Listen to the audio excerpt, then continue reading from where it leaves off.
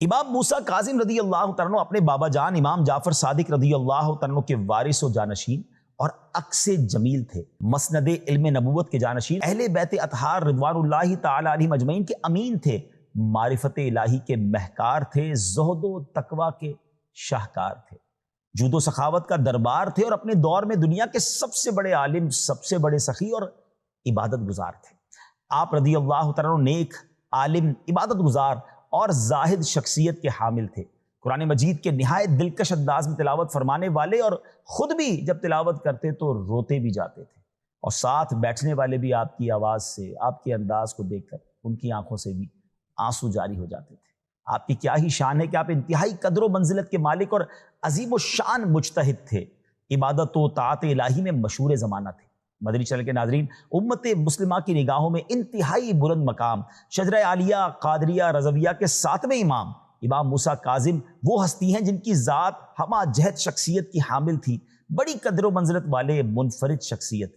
آج ہم حضرت امام موسیٰ کاظم رضی اللہ عنہ کی مبارک سیرت کے مبارک گوشوں پر کچھ بات کرتے ہیں۔ حضرت امام موسیٰ کاظم رضی اللہ عنہ کا تعارف: آپ 7 صفر المظفر 128 ہجری بروز منگل طلوع فجر کے وقت مکہ مکرمہ اور مدینہ منورہ کے درمیان واقع جو علاقہ ہے ابوا شریف، جہاں پیارے آقا علیہ الصلوۃ والسلام کی پیاری امی جان حضرت بی بی آمنہ رضی اللہ تعالیٰ عنہ کا مزار شریف ہے، اس میں پیدا ہوئے۔ سبحان اللہ، آپ کا مبارک نام موسیٰ اور کنیت ابو الحسن اور ابو ابراہیم، اور القابات صابر، صالح، امین، جبکہ سب سے مشہور لقب آپ کا کاظم ہے۔ بہت زیادہ معافی اور درگزر کرنے کے سبب آپ کا لقب جو ہے کاظم یعنی غصہ پی جانے والا ہوا۔ اللہ اکبر، آپ کا لقب ہی کتنا پیارا ہے کہ کاظم کہتے ہیں غصہ پی جانے والے کو۔ سبحان اللہ، سبحان اللہ۔ امام اہل سنت اعلیٰ حضرت کیا خوبصورت شعر آپ کی شان میں لکھتے ہیں: شان حلمن کان علمن جان سلمن السلام، موسیٰ کاظم جہاں ناظم میرا امداد کن۔ سبحان اللہ۔ امام موسیٰ کاظم اہل بیت اطہار کے چشم و چراغ اور عظیم تابعی بزرگ حضرت امام جعفر صادق کے صاحبزادے اور سلسلہ عالیہ قادریہ رضویہ کے 7ویں پیر و مرشد ہیں۔ آپ کی والدہ محترمہ کا نام حمیدہ بربریہ رحمۃ اللہ تعالی علیہا تھا۔ آپ کے بارے میں امام جعفر صادق رضی اللہ عنہ فرماتے کہ میرے تمام بیٹوں میں موسیٰ کاظم بہترین بیٹے ہیں، اور یہ اللہ پاک کے موتیوں میں سے ایک موتی ہیں۔ سبحان اللہ۔ آپ ذرا سوچیں کہ والد بھی بیٹے پر فخر کرے، اور والد بھی کون؟ امام جعفر صادق۔ سبحان اللہ۔ آپ کا جو الکاظم لقب معروف ہے نا ناظرین، دراصل قرآن مجید میں متقین کی صفات میں ذکر ہونے والا ایک وصف اور کلمہ ہے۔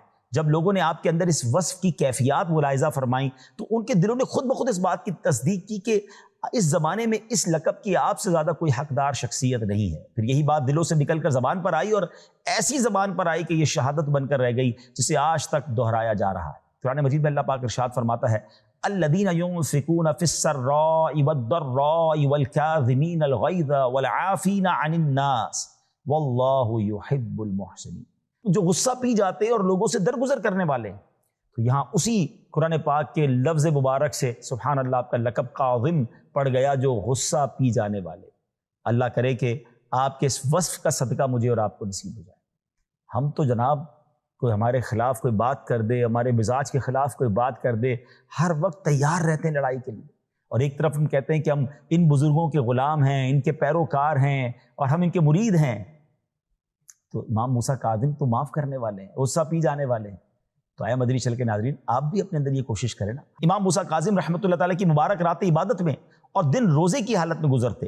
بہت زیادہ عبادت کرنے کی وجہ سے آپ کو عبد صالح یعنی نیک بندے کے لقب سے یاد کیا جاتا ہے۔ حلم و بردباری یعنی قوت برداشت کا یہ عالم تھا کہ آپ کا لقب کاظم یعنی غصہ پی جانے والا آپ کی پہچان بن گیا۔ عاجزی اور انکساری کی یہ کیفیت تھی کہ جب بھی کوئی بندہ آپ کے سامنے سے گزرتا، اس سے پہلے کہ وہ سلام کرتا، آپ سلام میں پہل فرماتے۔ اگر معلوم ہوتا کہ کوئی آپ کو تکلیف پہنچانے میں لگا ہوا ہے تو بھی آپ اس کی ضرورت پوری فرماتے، یعنی یہ پتہ بھی ہوتا کہ یہ میرا دشمن ہے، مجھے تکلیف پہنچانا چاہتا ہے، آپ اس کے ساتھ اچھا برتاؤ کرتے۔ ناظرین ذرا سوچئے نا، یہ کیسی کمال کی بات ہے، یہ کیسا نبی پاک نے فیضان حاصل تھا۔ ہم سیرت مصطفیٰ صلی اللہ علیہ وسلم میں بھی تو پڑھتے ہی ہیں نا کہ آپ سلام میں نبی پاک علیہ السلام بھی تو پہل فرماتے، اپنے غلاموں کو سلام میں پہل فرماتے۔ مگر آج لوگ کہتے ہیں بھائی میرا مرتبہ ہے، میرا مقام ہے، لوگ مجھے آ کے سلام کریں، میں کیوں سلام کروں؟ جس کو نہیں جانتا اس کو میں کیوں سلام کروں؟